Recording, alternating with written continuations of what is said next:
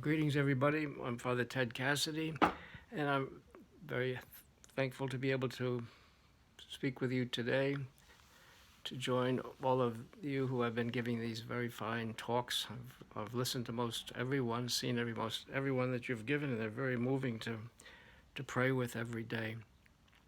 So I'd like to share with you informally in this atmosphere of some thoughts about the Eucharist and Lent. So the Eucharist is so meaningful to me, especially because it's a community event. So I'd like to share a little bit about the history of it and how it pertains to what we're doing in Lent. So in Lent, we're all trying to do our best to develop our relationship with Christ and to do penance and reach out to others, fast. And the whole purpose of that is that we become as persons,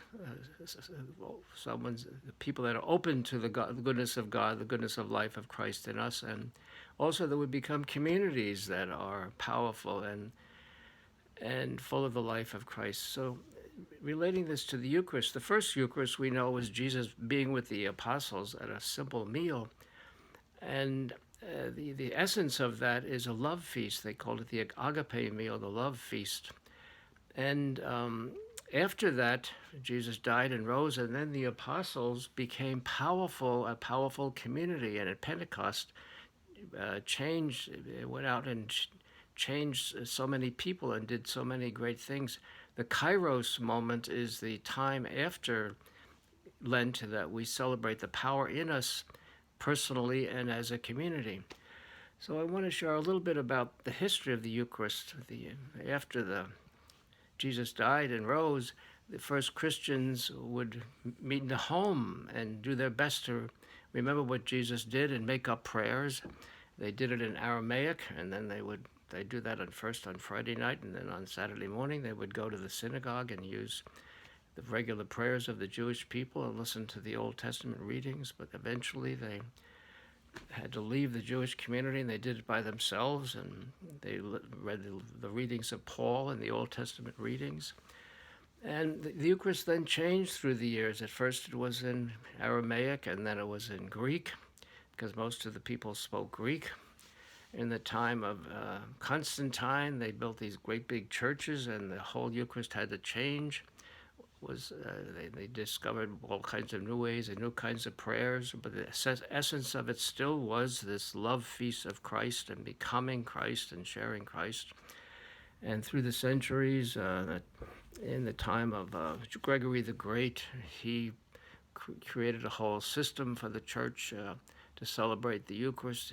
And then Charlemagne came along, and there were so many Christians.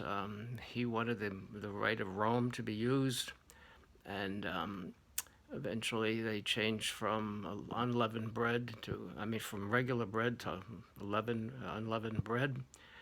Eventually, the Mass, the altar the beginning was just a table, and then it became something against the wall, and then the priest didn't face the people. And they had to raise the host because the people couldn't see. Eventually they couldn't understand the Latin because they had developed their own languages. The Council of Trent in the 1500s did its best to stabilize it because all kinds of things were done which weren't correct, and they created missals that we all had to use. And that stayed that way from Trent up until Vatican II. And the main change at Vatican II was that the scholars were studying this history of what had happened, and they realized that the people had to understand what was going on. So they changed the possibility of having a language not just in Latin, so that people, especially so that the people could participate.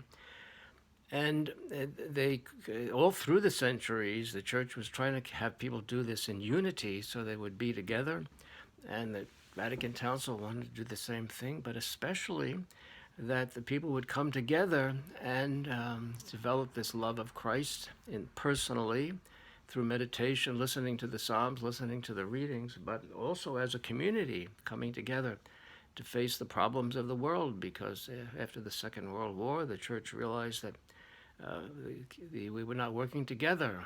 We were separate nations and Christians being too passive and not cooperating with each other.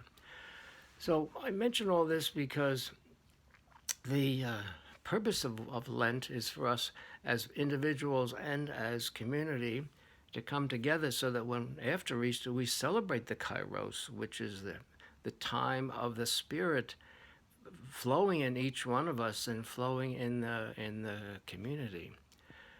So that's what I wanted to share with you today in this informal way. Uh, Again, I'm so moved by what you've all shared in your different sharings of what you're doing in Lent. So I hope this little sharing of mine helps us also. So have the rest of the days of Lent, may they be blessed for you.